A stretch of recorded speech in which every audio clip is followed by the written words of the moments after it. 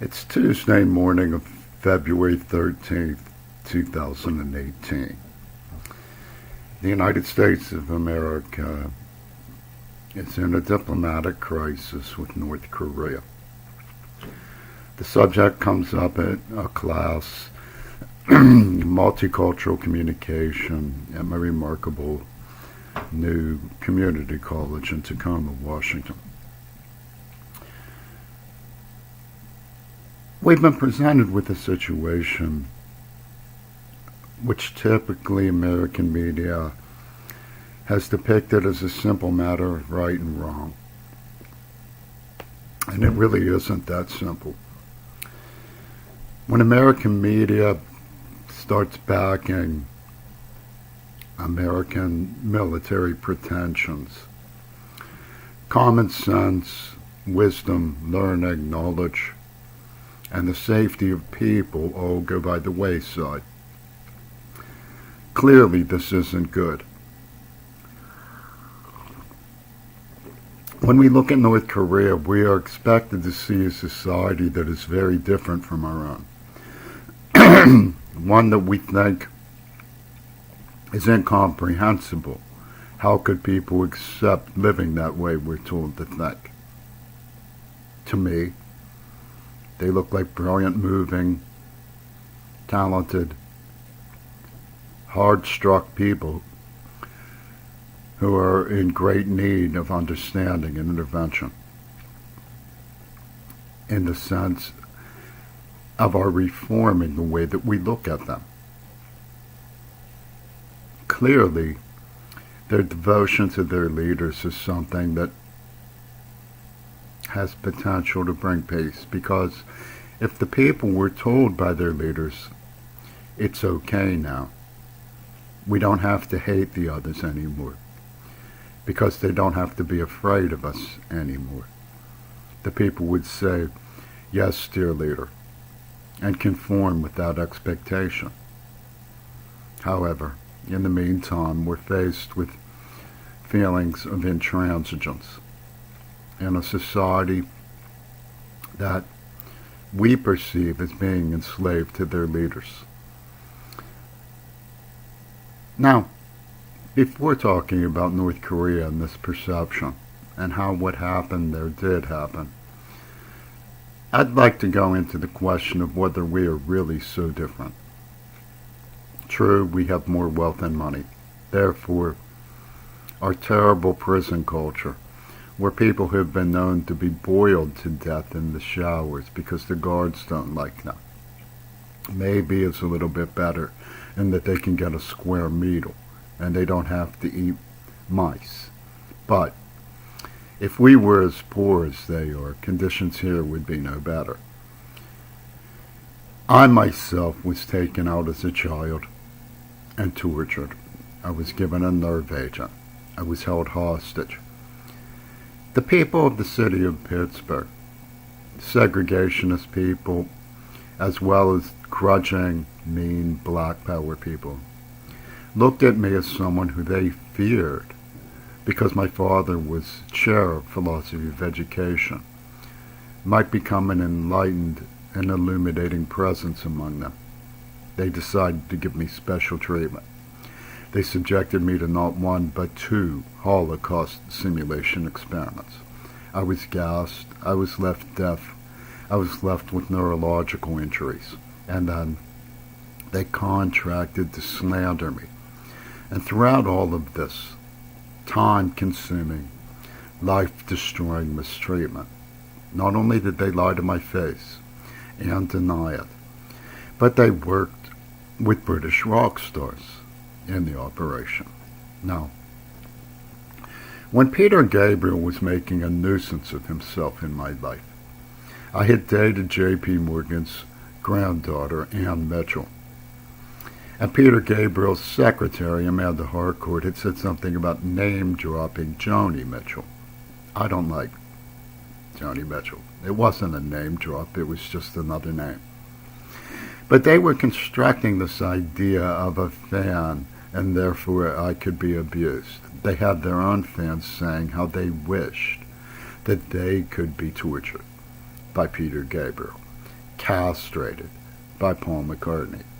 How is this so different from the dear leader mentality that you see in North Korea?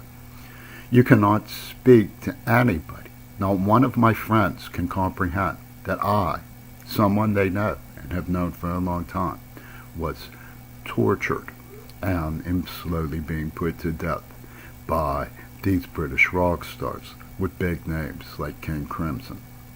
Everybody knows they were obsessing over me. So what I'm saying is, when you take a child and subject them to a nerve agent, deny it, work them to death, torment them, slander them, you're setting up a basis of comparison with North Korea as better than them.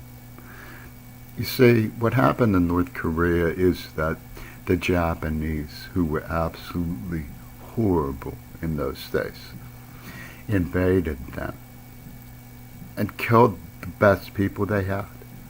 Now, I know how beautiful the Koreans can be. A Korean orphan taught me sign language. That's why I was allowed to go back to school, because I finally learned sign language. The rest of the people in my society were willing to just let me be deaf and stupid about what they had done. She wasn't. She took pity on me. My inclination is to take pity on them. When I see the condition that they're in, I feel sorry for them. When I look at the history books and see that General MacArthur bombed them terribly with napalm after the World War II occupation, where they were forbidden even to use their real names, I'm reminded that the Vichy French, which were established by Adolf Hitler, were the forces that we were backing up in Indochina that led to the Vietnam War after the death of Kennedy. Franklin Delano Roosevelt wanted us out of Indochina. Truman and that stupid Jimmy Burns wanted us to go back, and Joe McCarthy saw to it, as did the forces of Reagan, who shot JFK. Now we know that they had Hitler in Argentina. Allen Dulles on the Warren Commission met with Adolf Hitler as a representative of Schroeder Bank in 1933 to forgive his campaign debts, and then was on the Warren Commission. The driver of the limousine was with Allen Dulles on the board of the United Fruit Company, as was the uncle of the man who had the rifle that they say traced to Lee Harvey Oswald. John McCloy, also on the Warren Commission, sat in Adolf Hitler's personal box at the Munich Olympics. General Walker, whose testimony convicted Oswald after he had been silenced, led this white racist crazy uprising at the University of Mississippi against James Meredith going to school. And yet these cockamamie forces managed to put together an instigation of eugenic pussyball over Midori Goto that allowed them to release the AIDS virus and laugh about it. You have to question a lot of the storyline about how it came to pass that North Korea doesn't trust us, wonders if they gave us a chance, would we use it to do what we did to the American Indians, for example. And who is there to say that we wouldn't? We used Unit 731 and Black Plague on them during World War II. We should apologize for that. America has a tendency and a history of glorifying criminals. We have people like Jesse James and John Lennon who've been found out for what he really was. The history of American glorification of criminals gets so confusing and bewildering to the American psyche that we can't tell good guys from bad guys. You can't walk out in the streets in some parts of our country because everybody has guns, and they glorify the criminals in black culture. The question of whether the government is too weak to bother with human trafficking or deeply complicit comes up in the chain of command of the way that I was held in bondage and tortured. The Neva Corporation was clearly involved in the writing of the Texas school book script. in which they describe the reasons for murdering Martin Luther King and using me as a human sacrifice because Pittsburgh black people didn't like me. The Neva Corporation resembles Jack Ruby's Carousel Club in its contribution to human studies and social life. And it leads all the way up to the federal government. The slander campaign that was run by Paul McCartney, our dear leader who can never be questioned, was covering for how Mount Desert Island proved AIDS was an attack. We have to question what the escape of Adolf Hitler tells us about the Cold War, about our suspect support for the Vichy French in Vietnam, what it tells us about what was done to North Korea. The identity politics of the disappointed all over the world can make what North Korea has done in threatening the United States very popular in some parts of the world. And there's reasons for this. We have to be able to reflect on our heritage and come to terms with it. We have to be able to look North Korea in the eye and say, we care. We don't want to go through this with you again. How conditions in Africa are manipulated by the United States comes down to the fact that we have food weapon conspiracies.